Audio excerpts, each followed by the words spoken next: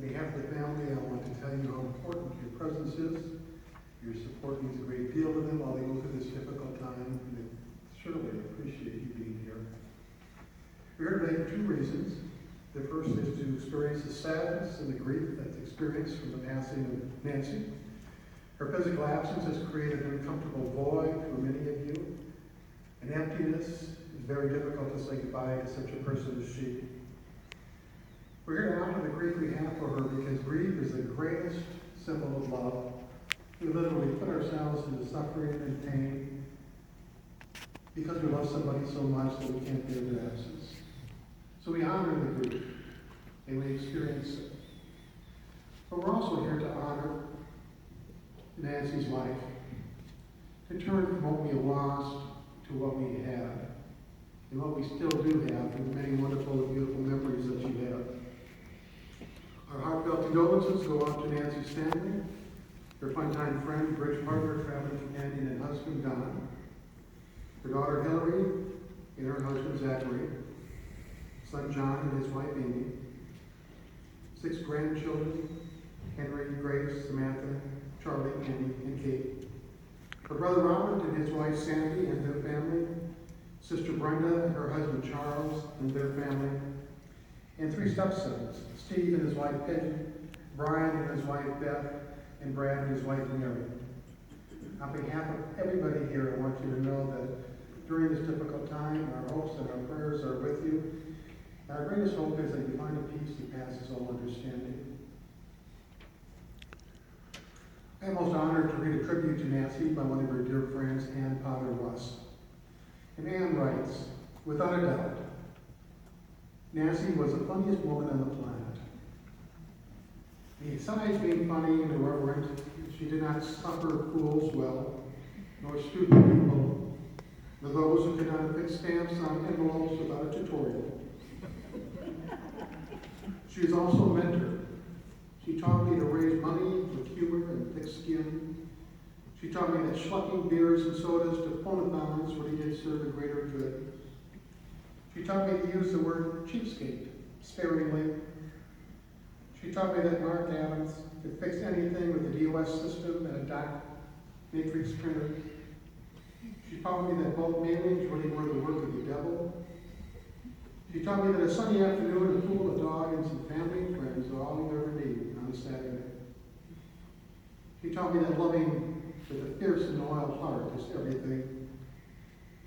She told me that your daughter can be your best friend if you parent her first.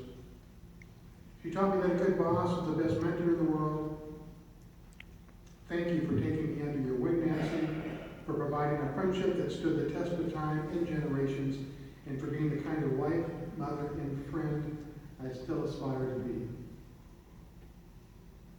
Every person who comes into this world begins a journey through life. It's a journey that's filled with a wide variety of different situations, circumstances, relationships. Every person's life is a story of sorts. From beginning to end, it's like a novel. And Nancy's story is like a finely written novel.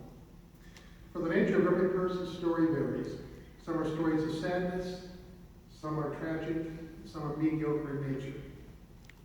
Now, there are approximately 150 or 140 million babies born each year. That's about 400,000 every day, or 1 every 4 seconds. One fine day on February 6th in the year 1941, with a great deal of excitement and fanfare, I am sure, Nancy had her 4 seconds of fame. And you can just imagine what that day was like. Friends and relatives coming from near and far. And when they looked down at the little baby, that baby evoked from within them a sense of joy and a sense of love. And Nancy continued to do that through her entire life. The people gathered had absolutely no idea what kind of person she would become. They had no idea what her path would unfold. They had no idea the children she would bring into this world and the friends she would love. But today we do know her story, and it's one of inspiration. It's a glorious example of human creativity and potentiality, uniqueness and individuality. Her story is one of a person who was a beneficial presence to this earth. She was a bright and funny person, but most importantly, she made people feel good. Nancy's life preserved in the hearts of every single person who knew her. A great sense of pride and appreciation for the person she was, and the blessings that she brought to the lives of those who knew her well.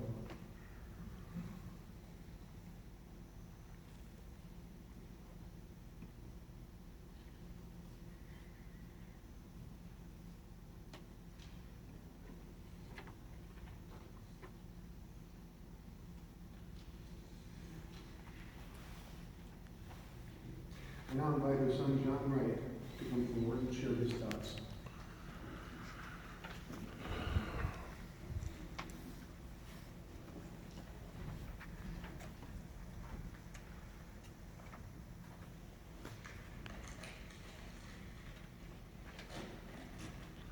Well, on behalf of the family, I want to thank everybody for taking the time out of their day to come. I'll keep this brief. I don't want to get up here and start acting like a fool and blubbering, so I'll try to keep it as short as I can, and I'll leave the stand-up routine for her brother. As often is said, one of the great ironies of funerals is, you bring in all your friends, all your family, your close friends, people that love you and people that you love. Unfortunately, it's the wrong set of circumstances. And, there's one thing that Mom would love, and that is to have been here with nothing but friends and family, because at the end of the day, that's all she cared about. Well, that's not all she cared about. There were certain things she loved. She loved to read. She loved to play bridge. She loved strong coffee. She loved her dogs. She loved to take naps. She loved to argue. She loved her friends. She loved her family. She loved her children. She loved her grandchildren even more. And most of all, she loved to laugh. Irma Bombeck once said, "There is a thin line that separates laughter and pain, comedy and tragedy, humor and hurt." And I think she walked that fine line every day because, as everyone who ever knew her, she loved to laugh. Over the past few months, I call her on the phone from work, middle of the day, sometimes a couple times a day. And we had very short conversations. She didn't want to have big, long conversations. She'd get tired. She maybe wasn't having a good day. She wasn't feeling her best. I'd give her a quick update on the family. She'd give me a quick update on her health. And one thing that never did not happen in any phone call was that we never had a phone call where she didn't laugh. And selfishly, I think I did that more for me. Because I could call her on the phone, knew she was not having the best day. But I could hear her laugh. Maybe that made her day a little better, I don't know. It made mine better. So selfishly, that's what we would do. And she had the kind of laugh that would stick with you. It was a belly laugh. It was a real laugh. It wasn't a polite laugh. It was the kind of laugh that you would hang up and you would remember it. And it just made you feel a little better.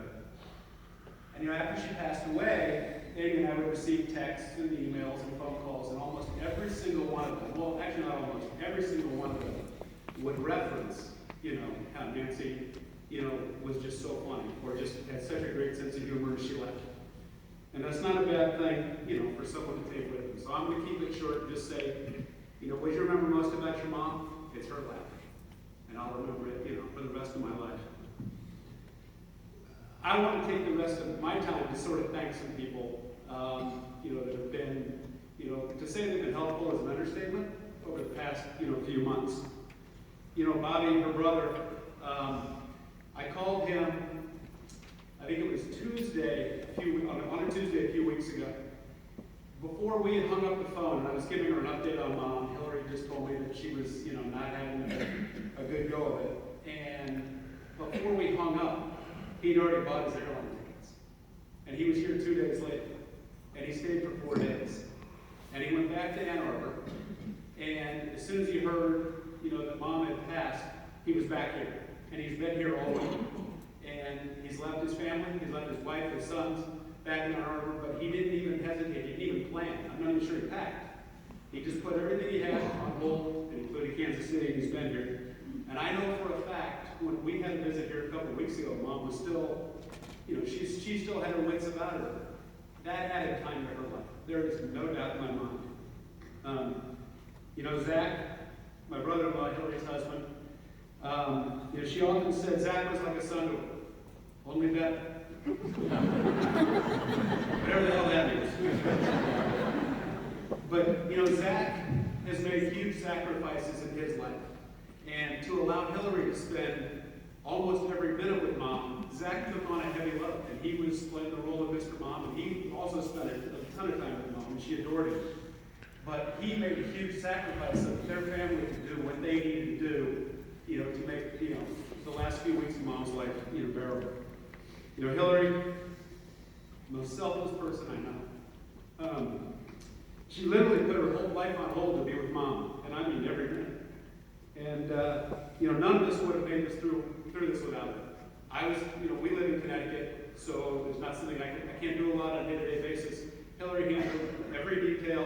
She spent every waking minute with Mom, and literally just put her life on hold, spent it with Mom, and I can't ever repay you for that, but I'll always remember that. And Don, I can't remember the last time I ever just used the term Mom, referring to go see Mom. There's always Mom and Don. And it's been that way for 30 years. I mean, they've been inseparable. Anybody in here that knows them knows how inseparable they've been. They were best friends, and all I can say to Don is, I can't thank you enough for giving her a happy life. So, I'd like to just finish. One of Mom's favorite poets and writers was Dorothy Parker. And Dorothy Parker had a poem called Condolences. Some of you may know it, but I thought it was pretty fitting. And it basically said, they hurried here as soon as you had died, their faces damp with haste and sympathy, and pressed my hand in theirs and smoothed my knee, and clicked their tongues and watched me, mournful-eyed.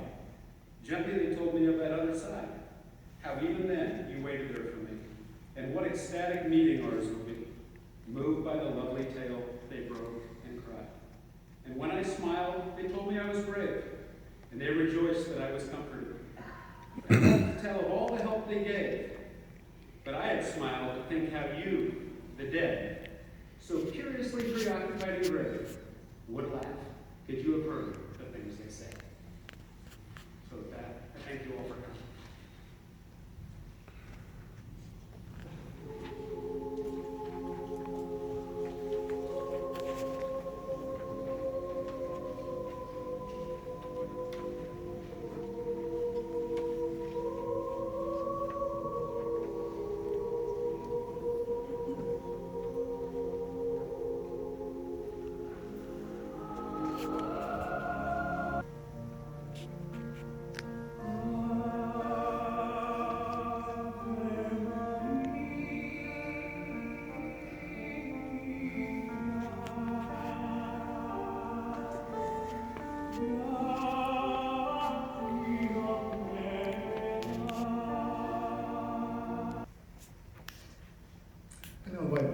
From Brooker to come forward.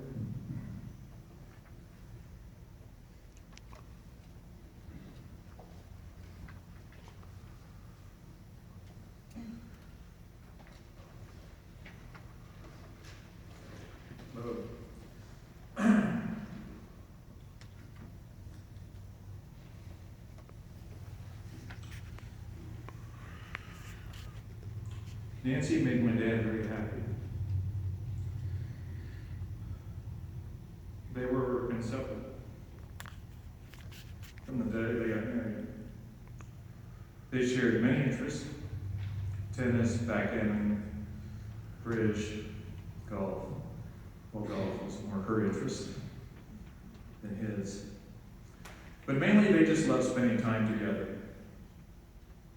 They had this witty banter. It was undeniable. It was like a private joke that went on for over 30 years. My dad's eyes lit up in her presence.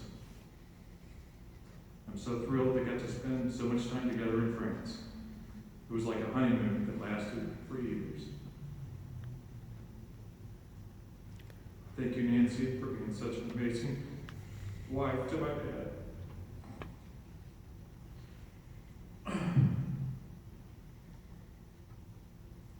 There's no greater gift you could have given my brothers than me.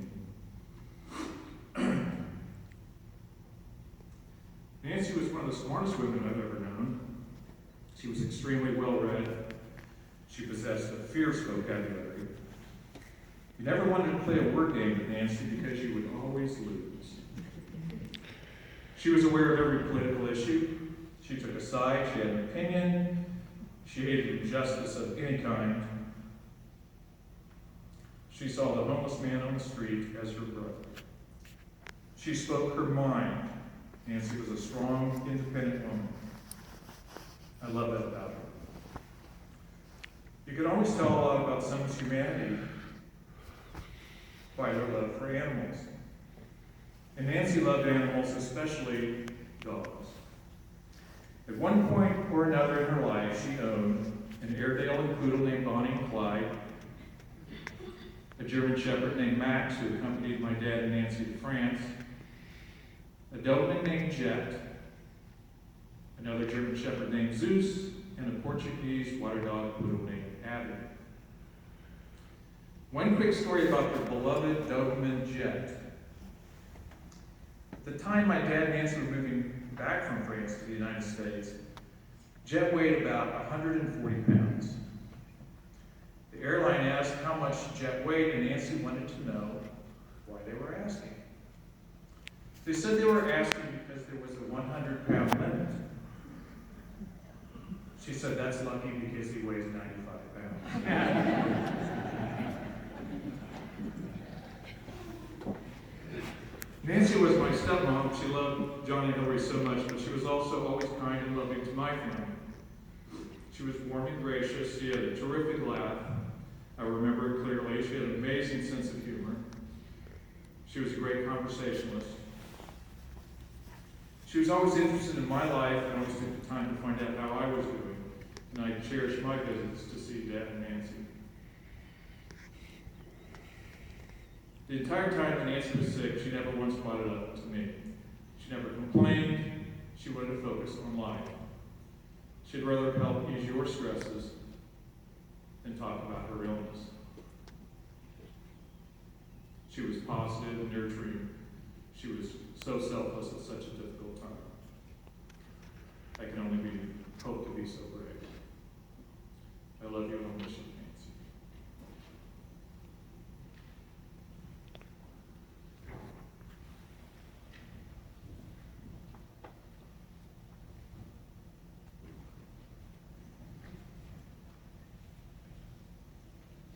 Didn't have this on my script, but what a striking, beautiful family Nancy had.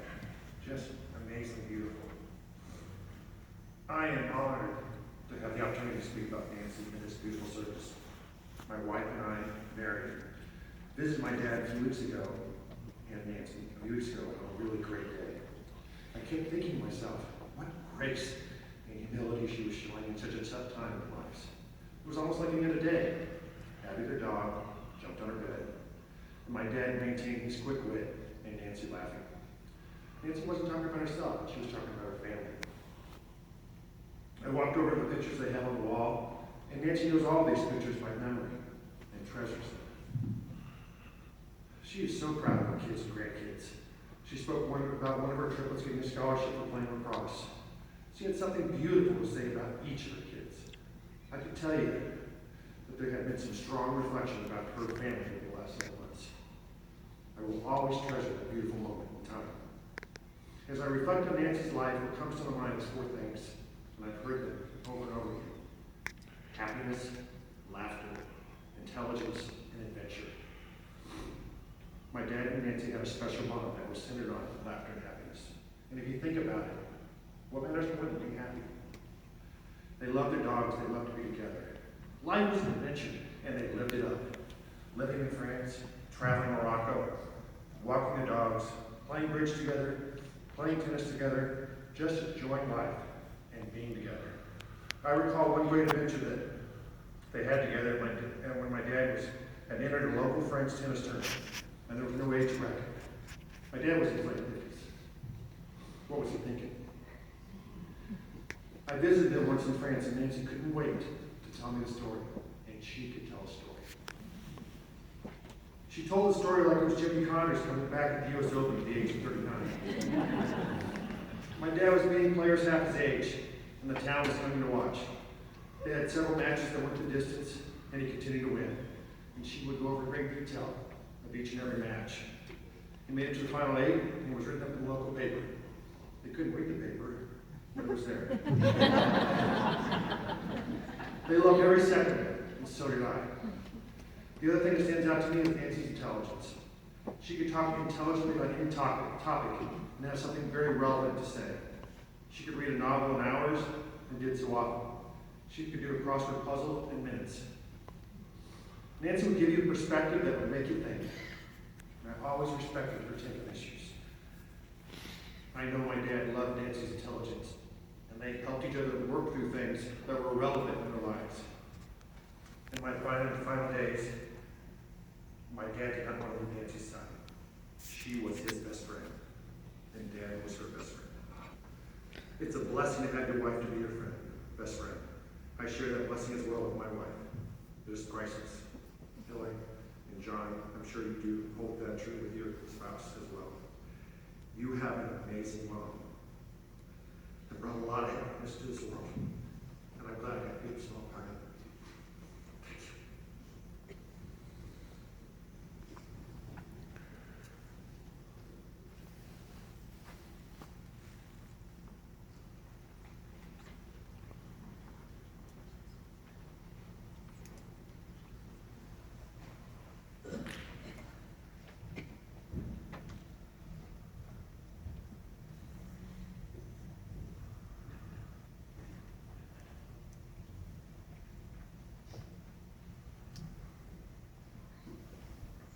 Do not stand at my grave and weep.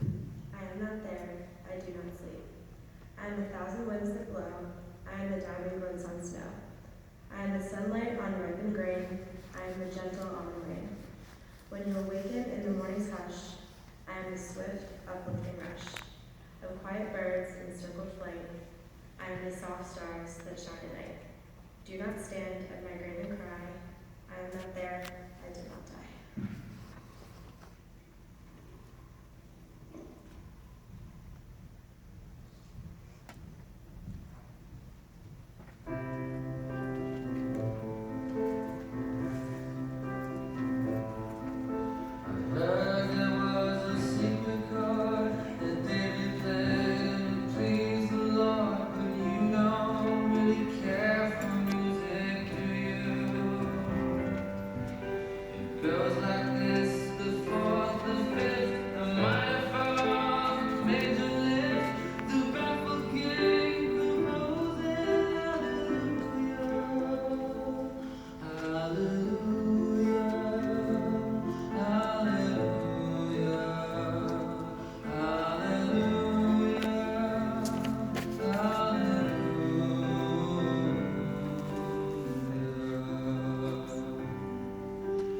Faith